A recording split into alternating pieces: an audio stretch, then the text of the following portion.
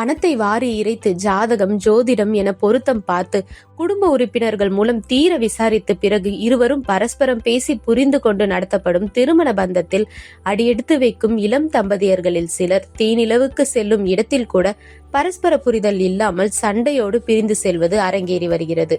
காதல் திருமணம் செய்தவர்களிலும் கூட சிலர் பிரிந்து விடுகிறார்கள். ஒளிவு மறைவு இல்லாத கணவன் மனைவி என்ற புனிதமான உறவுக்குள் தனி உரிமை என்னும் புது கலாச்சாரத்தை புகுத்தி விவாகரத்தில் கொண்டு போய் நிறுத்தும் அளவுக்கு பல இளம் தம்பதியினர் வந்துவிட்டதும் வேதனைக்குரிய விஷயம்.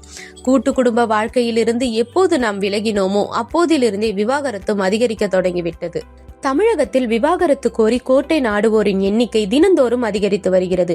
அதுவும் சென்னை, கோவை, மதுரை, திருச்சி, சேலம் போன்ற நகரங்களில் செயல்படும் குடும்ப நல நீதிமன்றங்களில் விவாகரத்து வழக்குகள் அதிகரித்து கொண்டே இருக்கிறது. இதன் காரணமாக கோர்ட்டுகளின் எண்ணிக்கையை அதிகரிக்க வேண்டிய கட்டாய சூழலும் ஏற்பட்டுள்ளது. அந்த அடிப்படையில் தான் சென்னையில் குடும்ப நல கோர்ட்டுகளின் எண்ணிக்கை 8 இருந்தாலும் குடும்ப நல கோர்ட்டுகளில் கூட்டம் குறைந்த பாடில்லை.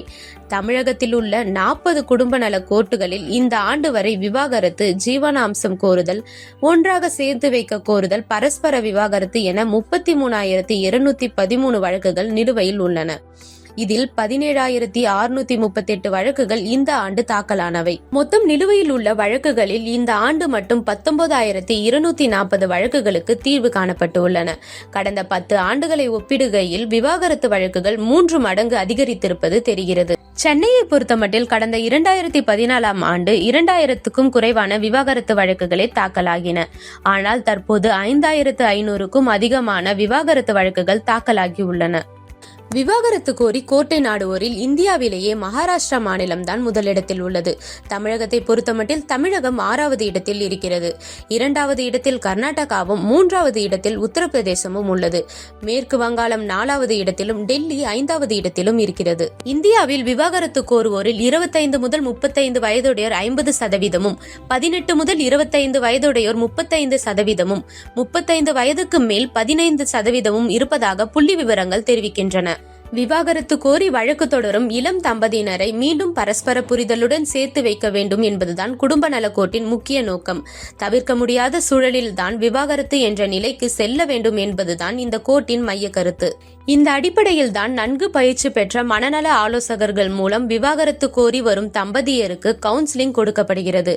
ஆனாலும் இரு தரப்பும் சமரசத்துக்கு இடம் கொடுக்காமல் இளம் வயதிலேயே வாழ்க்கையை தொலைத்து வருவது கவலை அளிப்பதாகவே உள்ளது.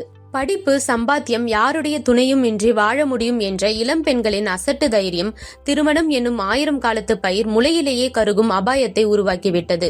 வாழ்க்கை வாழ்வதற்கே சண்டை சச்சரவு எதுவானாலும் விவாகரத்து தீர்வு இல்லை என்பதை ஒவ்வொருவரும் உணர வேண்டும். அப்போதுதான் விவாகரத்து எனும் தீராத நோயை விரட்ட முடியும். குடும்ப உறவுகளை முறிக்க நினைக்கும் இளம் தம்பதியினரே, 50 வயதுக்கு உட்பட்டவர்களே, ஒருவருக்கொருவர் விட்டு கொடுத்து இயற்கை கொடுத்த வரத்தை மறந்து நீதிமன்ற வாசலில் வந்து கியூவில் நிற்பவர்களே, எத்தனை ஆண்டுகள் இப்படி நிற்கப் போகிறீர்கள்?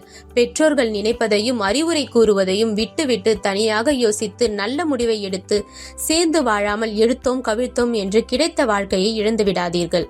பிரிந்து வாழ நினைப்பது சுலபம். ஆனால் சேர்ந்து வாழ்வது இப்போது முடியாது என்று நினைத்தாலும் வயது ஆக ஆக சேர்ந்து வாழ்ந்திருக்கலாமே என்று தோன்றும். வயது முதிர்வில் பிரிந்து வாழ்வது கடினம். திருமணம் நமக்கு நடக்கவில்லையே, குழந்தை இல்லையே என ஏங்கும் இளம் வயதினர் இன்னும் இருந்து கொண்டுதான் இருக்கிறார்கள். வேறு உறவு நினைத்து பிரிய நினைக்காதீர்கள். ஆரம்பத்தில் இனிப்பாக இனிமையாக தோன்றும், பிறகு கசப்பாகிவிடும்.